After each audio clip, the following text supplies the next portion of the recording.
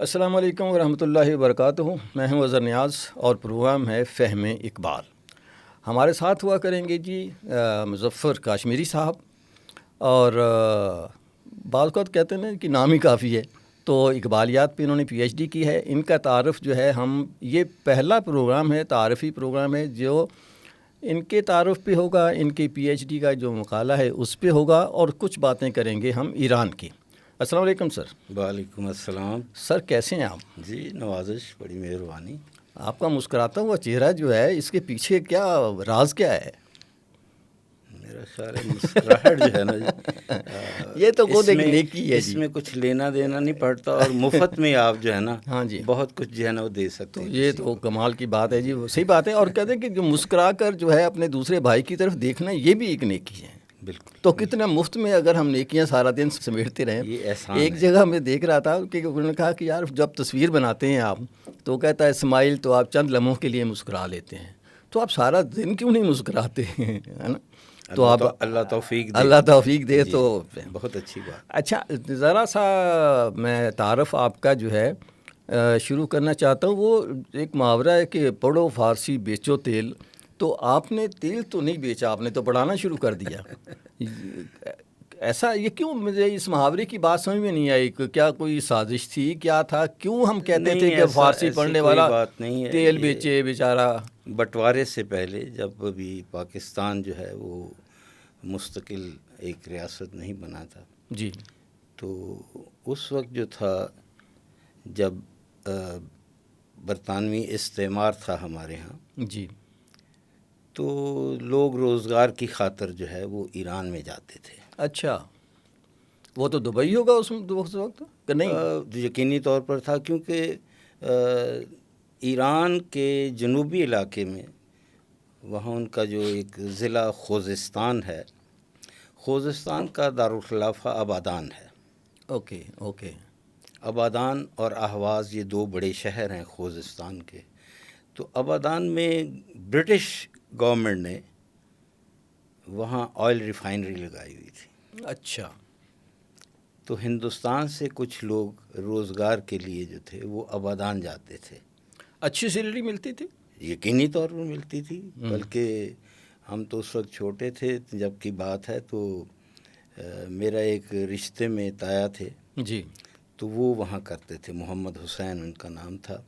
وہ وہاں کام کرتے تھے. فائن. جی، اور جب وہ واپس آتے تھے تو کوئی نہ کوئی سوغات ایرانی ان کے پاس ہوتی تھی جو اوکے. گھر میں. اچھا، ہمارے ذہن میں یہ ہوتا ہے کہ جی بڑو فارسی یعنی تیل. نہیں، وہ ایسا ہے کہ جب آپ نے جس ملک میں روزگار کے لیے جانا ہے، ہاں جی، تو آپ یقینی طور پر جو ہے وہاں کی زبان کو سیکھنا چاہتے ہیں.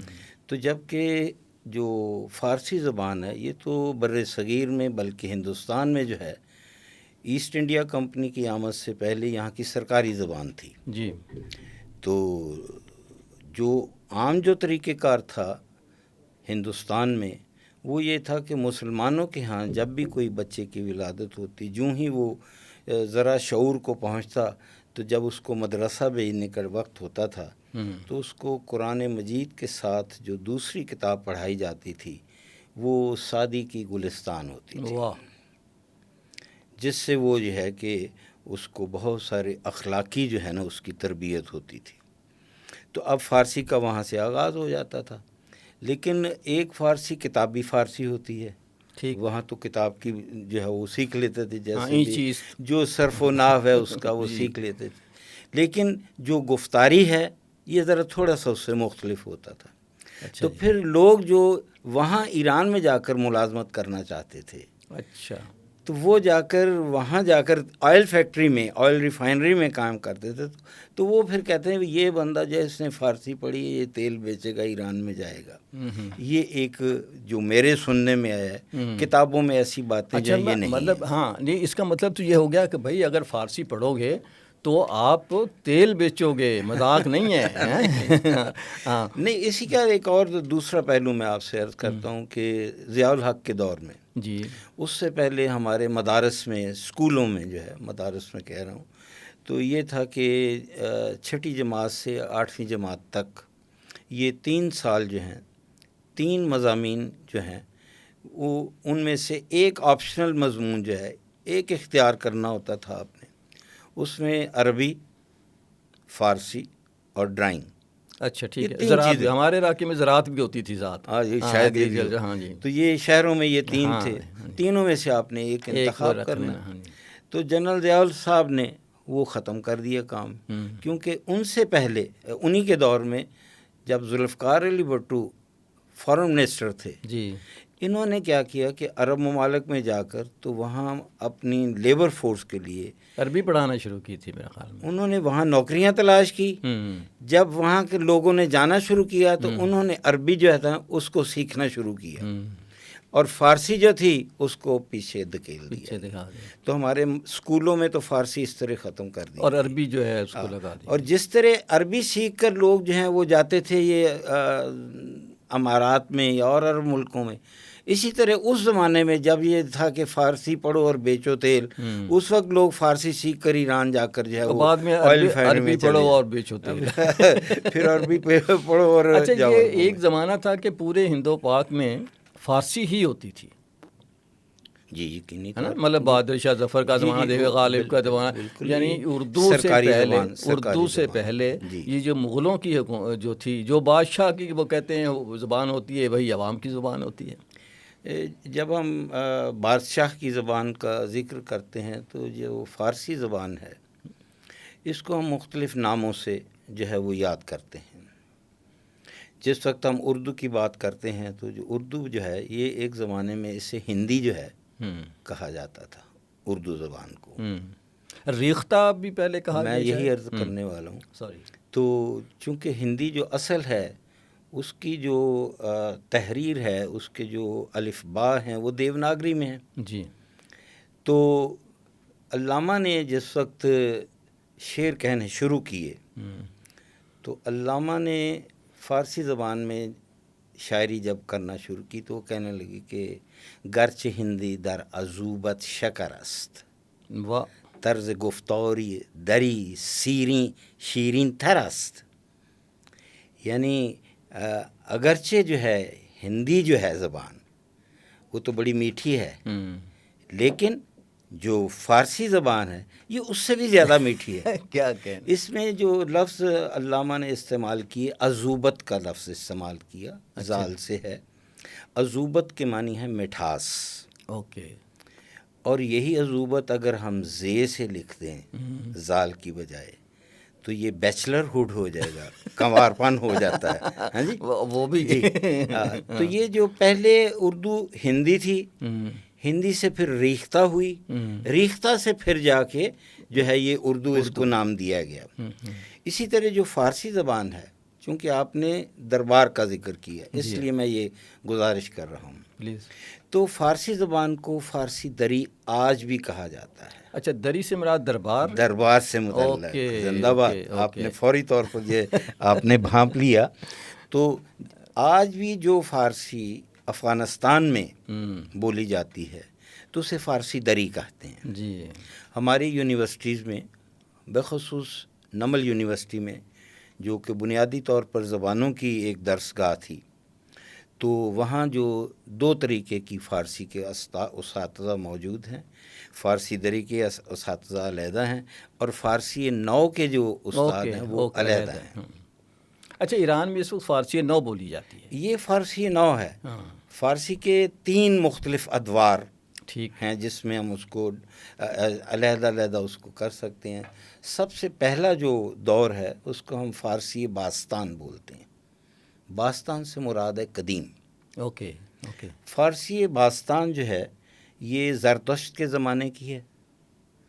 اس زمانے میں جو گفتگو تھی جس زبان میں کی جاتی تھی، جو کہ فارسی ہم اس لیے کہتے ہیں کیونکہ وہ فارس سے متعلق تھی، تو اسے اوستا کہتے تھے. اوکے. اوستا جو تھی وہ زردشتیوں کی جو مذہبی کتاب ہے اس کا نام بھی اوستا ہے، تو ان کی زبان بھی اوستا تھی. اس کو ہم فارسی قدیم کہتے ہیں یا فارسی باستان. یہ پہلا دور ٹھیک ہو گیا. اس کے بعد ہوا یہ کہ دوسرا دور فارسی کا شروع ہوتا ہے. اس دوسرے دور والی فارسی کو ہم فارسی پہلوی کہتے ہیں. اوکے.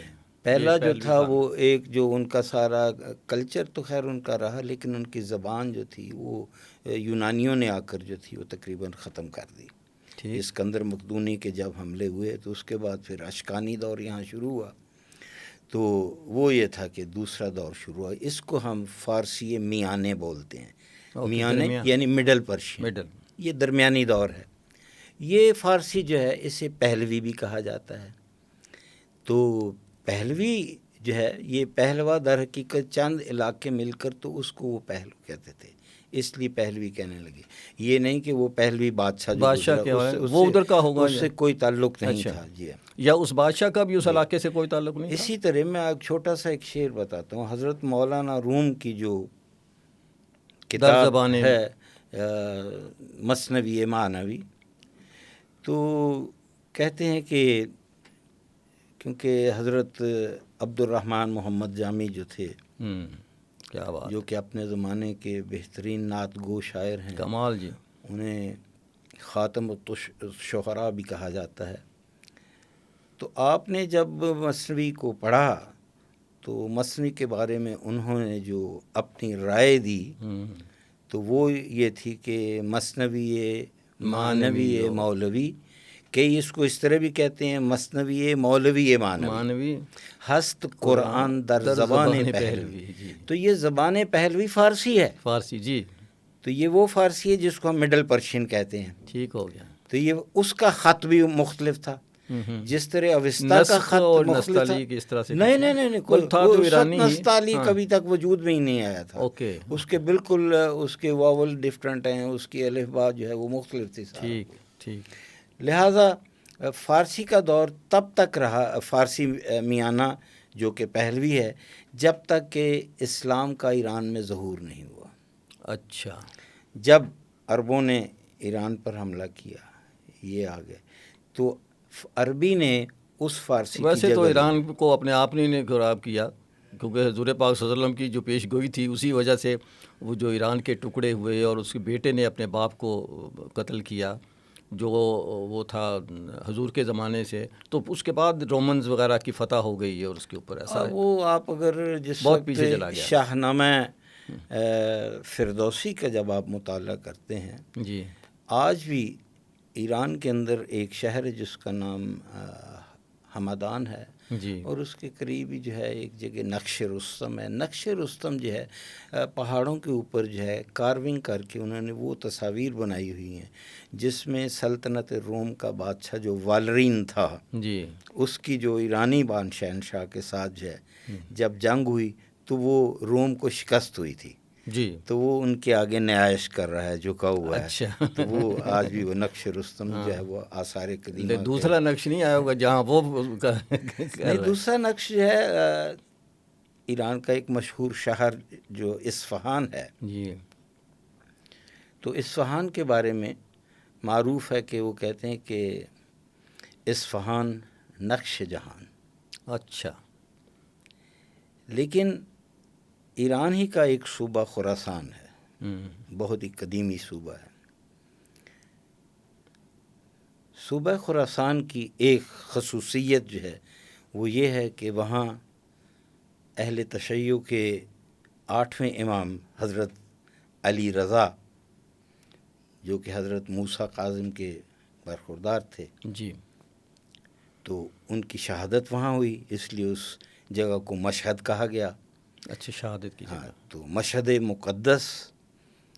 تو اب وہ کہتے ہیں کہ یہ جب ہم کہتے ہیں کہ اصفہان نقش جہان یا نصف جہان دونوں کا، ساتھ ایک لفظ انہوں نے ایڈ کر دیا، اگر مشہد نہ باشد، اگر مشہد نہ ہو تو پھر جو ہے نا اصفہان جو ہے یہ تو آدھی دنیا ہے، ورنہ اس جگہ کے ہوتے ہوئے جو ہے نا اس کی وہ جو ہے نا قدر و قیمت جو ہے وہ نہیں۔ آپ کا فارسی میں رجحان جو ہے وہ ایران کی وجہ سے ہوا یا ایران کی وجہ سے فارسی جو ہے؟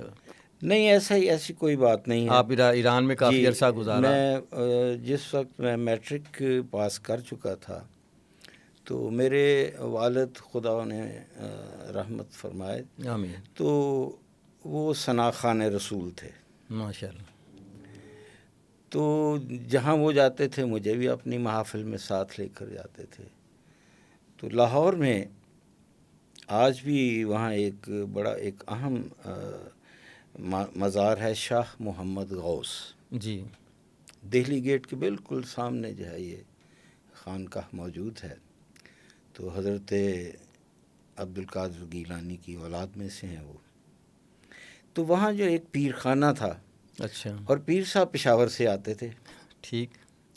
پیر شریف الدین شاکر ان کا نام تھا. بڑے با علم شخصیت تھے, شاعر تھے بڑے اچھے. ماشاء اللہ.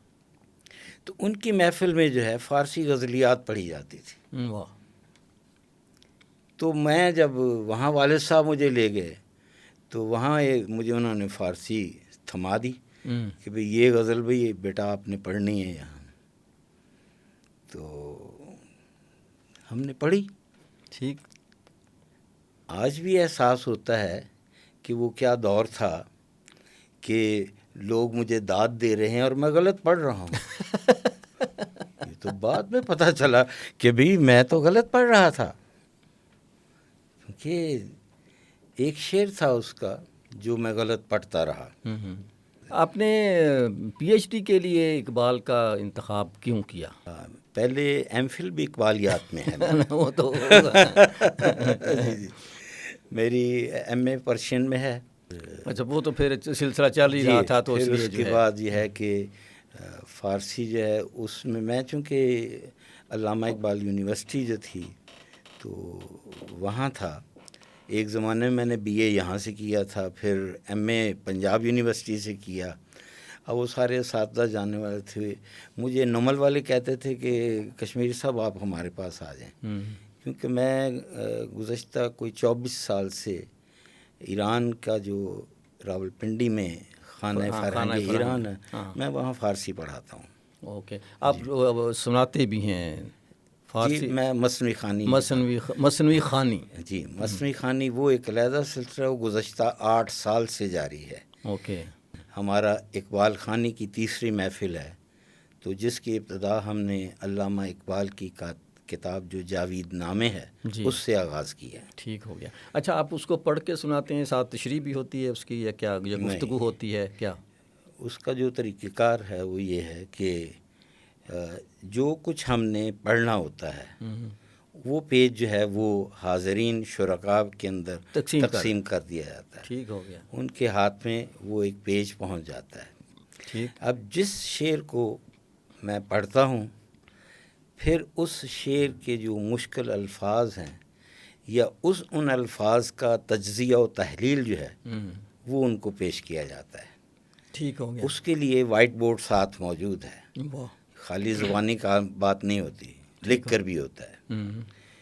اس لفظ کے مترادفات, اس کے معنی, یہ سارا کچھ بتانے کے بعد پھر اس شعر کی جو ہے وہ شرح بتائی جاتی ہے. ٹھیک ہو گیا. ٹھیک ہو گیا. And it is open for all, کوئی بھی آ سکتا جی, ہے. Open for all.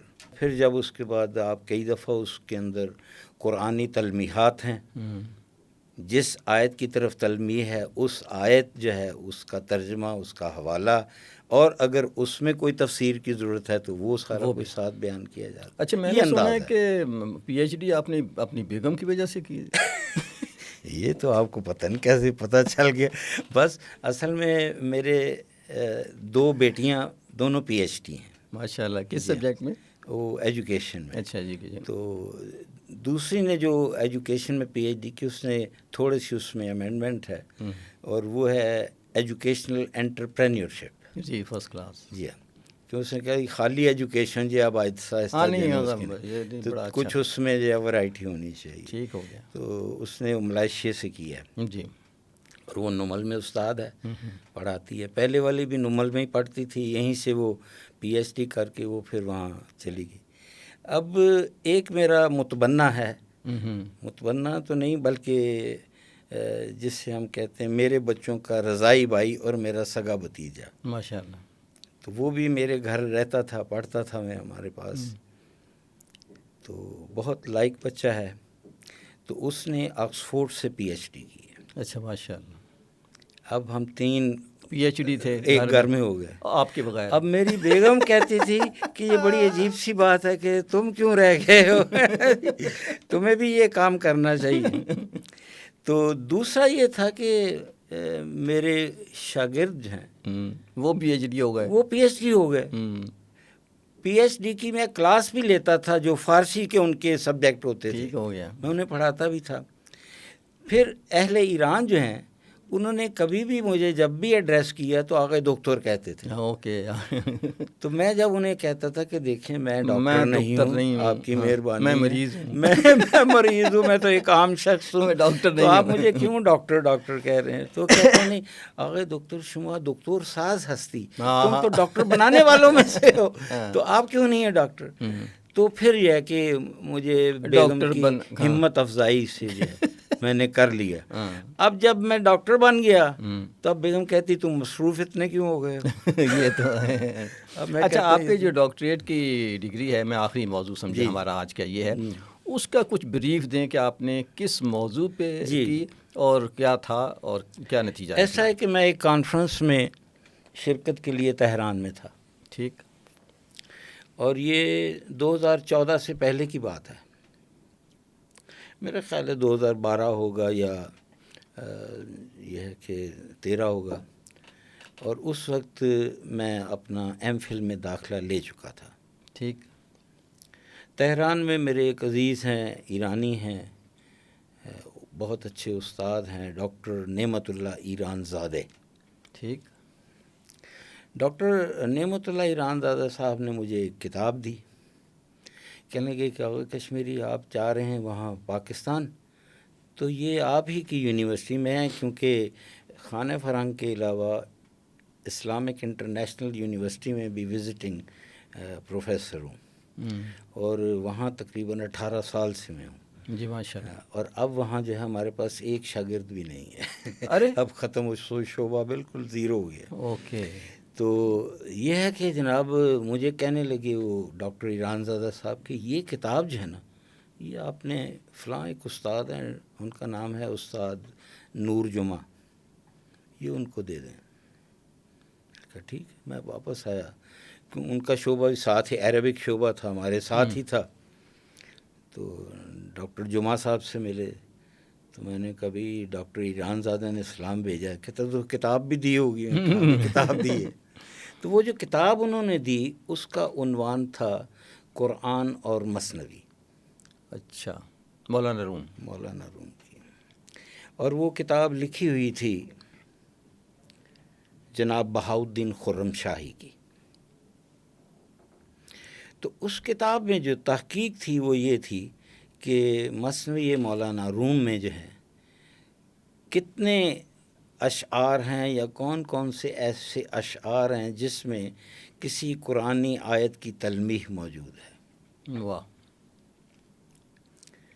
اب میرا جو MPhil میں نے جو داخلہ لیا تھا وہ تو اقبالیات پر تھا. ٹھیک.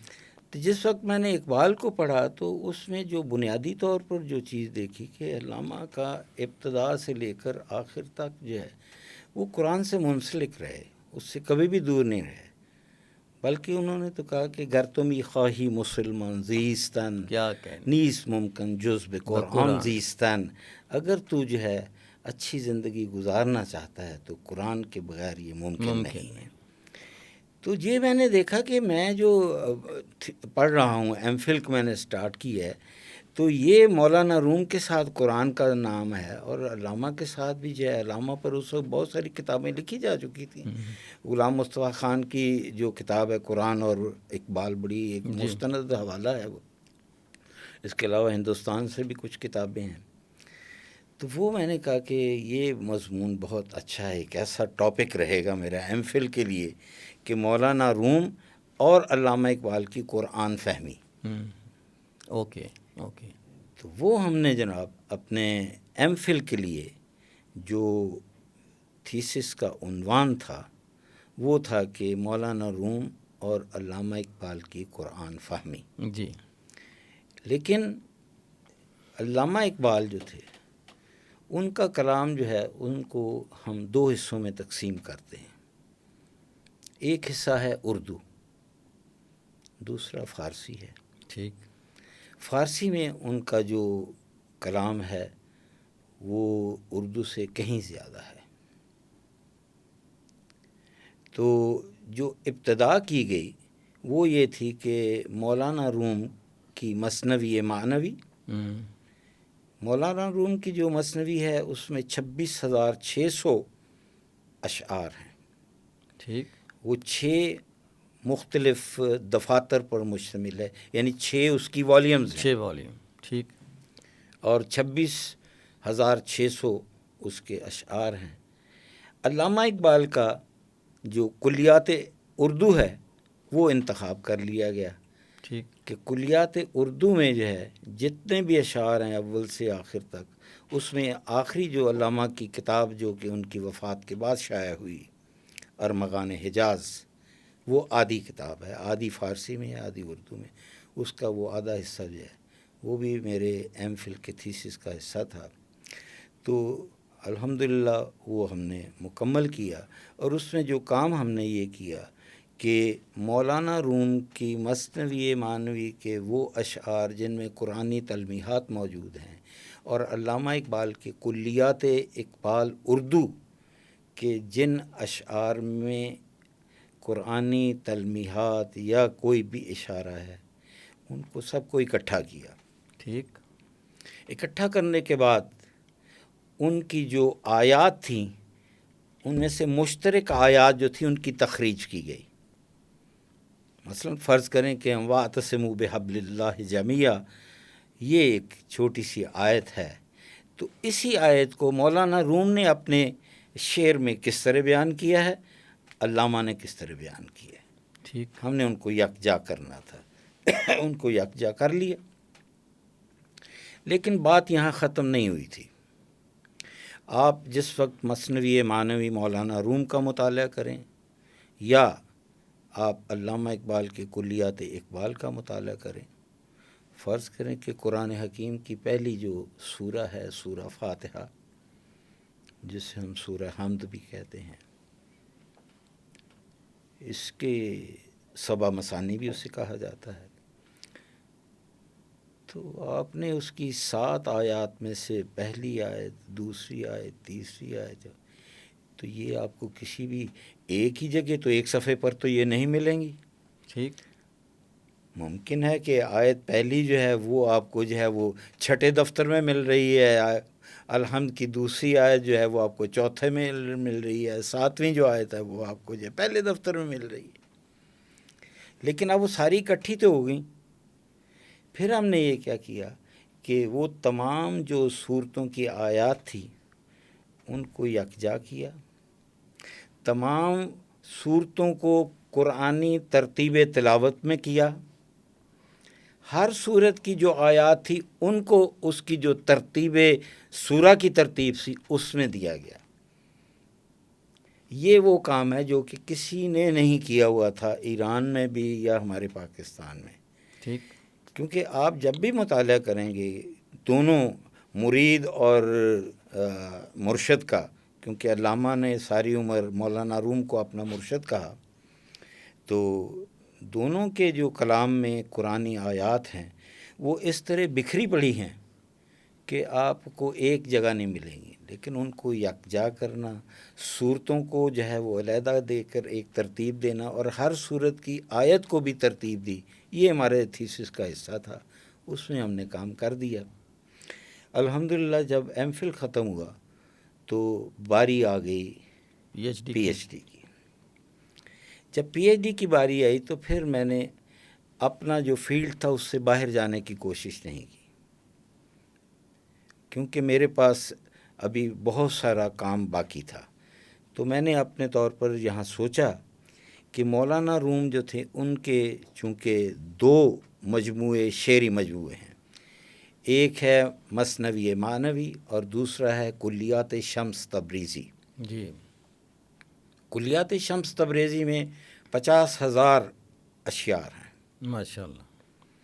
اور اسی طرح علامہ اقبال کے جو فارسی کلیات فارسی ہے اس کی بھی آپ ضخامت دے لیں تقریباً 6.5-7 کچھ لوگ سمجھ رہے ہوتے ہیں کہ یہ کلیات شمس تبریز جو ہے یہ شمس تبریز جو ہے ان کے جو پیر تھے ان کا کلام ہے؟ نہیں، یہ خیال لوگوں کا ہی ہے، لیکن وہ سارا کلام مولانا روم کا ہے، اور انہوں نے کلام جو تھا وہ سارا کچھ لکھنے کے بعد اپنے مرشد کے نام معنون کر دیا۔ ٹھیک ہو گیا، یہ ان کے مطلب جو کچھ انہوں نے عطا کیا ہے یہ وہ ہے، یہ وہ ہے۔ تو کیونکہ وہ کہا جاتا ہے نا کہ مولوی ہرگز نہ شد مولائے روم تھا، غلام شمس تبریزی نہ شد۔ تو وہ جو دیوان شمس تبریزی ہے اس کو دیوان کبیر بھی کہا جاتا ہے، اوکے، دیوان شمس بھی کہتے ہیں، دیوان شمس تبریزی بھی کہتے ہیں، اور کلیات شمس بھی کہا جاتا ہے، 3 نام اس کے۔ تو اب میں نے پی ایچ ڈی کے لیے دیوان شمس تبریزی اور علامہ اقبال کے فارسی کلام جو تھے نا اس کو انتخاب کیا، اور اس پر وہی کام کیا جو ایم فل میں تھا۔ آپ زبان بدل دی؟ نہیں، ماخذ بدل دونوں کے ماخذ بدل گئے، اردو سے فارسی میں چلے گئے، اور فارسی میں بھی سات شمس بھی آ گئے۔ تو وہ لیکن اس میں ایک اور بہتری یہ ہوئی کہ دونوں مولانا روم اور علامہ اقبال کے جو اول سے آخر تک جو انہوں نے اشعار کہے تھے وہ سارے پر کام ہو گیا۔ ٹھیک ہو گیا۔ اس کے علاوہ نہ مولانا روم کی کوئی اور شعر و شاعری کی کتاب ہے، نہ علامہ اقبال کی کتاب ہے۔ تو یہ ہے کہ اب وہ دونوں کتابیں جو ہیں وہ جلد اول اور جلد دوم کا نام دے دیا۔ ان کا ٹائٹل جو ہے وہ قرآن، رومی اور اقبال ہے۔ تو وہ زیر طبع ہیں، ماشاءاللہ، انشاءاللہ وہ آ جائیں گی دونوں جلدیں مارکیٹ میں۔ اختتام کرتے ہیں جی، کوئی اقبال کا اردو یا فارسی کا ایک شعر اور اس کا مطلب ہمیں سمجھا دیجیے جو آپ کو پسند ہو۔ مشکل ہے نہیں کیونکہ اتنے بڑے کلام میں سے، ہزاروں اشعار میں سے کسی ایک شعر کو اپنا پسندیدہ کہنا یہ تو مشکل تو ہوتا ہی ہے نا جی، لیکن اس کے باوجود اگر آپ کوشش کریں تو اس میں سے کسی کو نکالیں تاکہ ہم جو ہے کوئی بات آپ سے جاتے جاتے کوئی ایسی بات سیکھ جائے جو ہمیں یاد رہے کہ ہاں کاشمیری صاحب سے ملاقات ہوئی تھی۔ چونکہ میرا موضوع ہے وہ علامہ اقبال کی قرآن فہمی اور مولانا روم کی قرآن فہمی ہے جی، تو جب میں اس تحقیق کے اندر جو تھا وہ مصروف تھا تو میں دیوان شمس تبریزی میں ایک غزل جو تھی اس پر جب پہنچا تو چونکہ میں کام کر رہا تھا مولانا روم کی قرآن فہمی پر، اور وہ غزل جو تھی وہ غزل نمبر 1948 ہے دیوان شمس میں۔ جی عطا جی، اور اس غزل جو ہے اس کی جو خوبی یہ ہے اس کے اندر 15 شعر ہیں جی، اور ہر شعر کے اندر ایک قرآن آیت کی طرف اشارہ۔ کیا کہنے، اور کئی ایسے اشعار ہیں ان میں سے 4-5 کہ جن میں ایک ہی شعر کے اندر 2 مختلف قرآنی آیت ہیں، یا ایک قرآنی آیت ہے اور ایک حدیث ہے۔ ٹھیک، یہ جب میں نے تحقیق کی میں تو پہنچ گیا، بھی میں تو جو اصل کام تھا مولانا کا ادھر آ گیا ہوں۔ اور اس کا غزل کا ابتدا غزل کی اس طرح ہوتی ہے کہ بانگ آید ہر زمانی زن رونق او بگون آیت انا بنینا ہا و انا موسعون۔ اب یہ جب اس کو ہم نے پڑھا تو فوری طور پر پتہ چلا کہ اس پہلے شعر کے اندر جو ہے قرآن کریم کی سورت الذاریات جو ہے اس کی آیت نمبر 47 کی طرف اشارہ کیا۔ اب جب اس ایک آیت کا اشارہ ہے تو اب آیت کا ترجمہ، پھر اس کی تفسیر، یہ ساری چیزیں علیحدہ۔ یہ کرتے کرتے یہ جو ہے نا یہ 15 ہیں۔ اس پر ہم کسی وقت کو پروگرام کریں گے کہ خالی ایک اس جو ہے نا ایک مولانا کی اس آیت پر، اور دوسرا جب ہم نے یہ سوچا کہ یہ مولانا نے تو بڑا کمال کا کام کیا ہے تو اس میں علامہ اقبال جو ہیں وہ کس جگہ آتے ہیں جی، تو دیکھا جب علامہ اقبال کی طرف آیا تو علامہ اقبال نے اس سے کم نہیں تھے۔ علامہ اقبال نے بھی ایک لمبی فہرست ہے میرے پاس، تو وہ جناب اس کے اندر جو ہے تمام آیات جو ہیں اس کے اندر جو ہے انہوں نے بھی یہی کام کیا۔ میں ان کے ابتدا سے پہلا شعر آپ کے لیے پڑھتا ہوں۔ وہ کہتے ہیں کہ از جمال زہرئی بگداختی دل بے چاہے بابلی انداختی. جی اس کے اندر سورہ بقرہ کی جو ہے وہ آیت نمبر 102 کی طرف اشارہ ہے. کیا اس کا ترجمہ؟ اب میں ترجمہ بتا دیتا ہوں آپ کو. تو وہ کہتے ہیں کہ از جمال زہرئی بگداختی. زہرہ جو ہے اس کے 2 معنی ہیں، بلکہ 3 معنی ہیں. زہرہ ایک تو انسان کے جسم کے اندر جو پتا ہوتا ہے اس کو بھی ہم کہتے ہیں. زہرہ جو ہے وہ ستارہ بھی ہے جس سے آپ ناہید بولتے ہیں. جی. تو زہرہ کو شجاعت کے لیے بھی استعمال کیا جاتا ہے. ٹھیک. ہم اردو میں بھی کرتے ہیں کہ وہ بڑے پتے والا آدمی ہے جی. تو یہ کیا تو ستارے زہرہ کے حسن سے پانی پانی ہو گئے. یہ زہرہ کے ستارے کا حسن جو ہے اصل میں جب ہاروت اور ماروت کا آپ قصہ پڑھتے ہیں تو کہتے ہیں وہ بعد میں ستاروں میں تبدیل ہو گئے. تو کہتے ہیں کہ کیا تو نے اپنا دل بابل کے کنویں میں ڈال دیا، کیونکہ بابل کے کنویں میں ان کو ڈال دیا گیا تھا. یوسف. تو یہ علامہ جو ہے جب ان اشعار کو کہتے ہیں تو اس پہلے شعر میں سورہ بقرہ، دوسرے میں سورہ یوسف، تیسرے میں سورہ انعام، چوتھے میں سورہ الاحزاب، پانچویں میں پھر سورہ بقرہ لیکن آیت مختلف، چھٹے میں سورہ شمس، پھر سورہ بقرہ، پھر سورہ البقرہ کی آیت آتی ہے اور آخر پر سورہ بنی اسرائیل. یہ علامہ کا کمال ہے. یعنی آپ جب دیکھتے ہیں تو حساب لگاتے ہیں کہ علامہ کسی طور بھی جو تھا وہ اپنے مرشد سے کم نہیں تھے، بلکہ یہ ہے کہ جب اس تھیسس کا آخر پر تجزیہ کیا تو دیکھنے میں آیا کہ علامہ کی جو ہے نا صورتوں کی تعداد مولانا سے بھی بڑھ جاتی کئی جگہ. تو علامہ اقبال زندہ باد. بہت شکریہ جی. مجھے اقبال صاحب ایک شعر بہت پسند ہے اور وہ ہے بمصطفیٰ برساں خویش را کہ دی ہم آؤست. اس کو ذرا سا اپنے لہجے میں سنا دیں.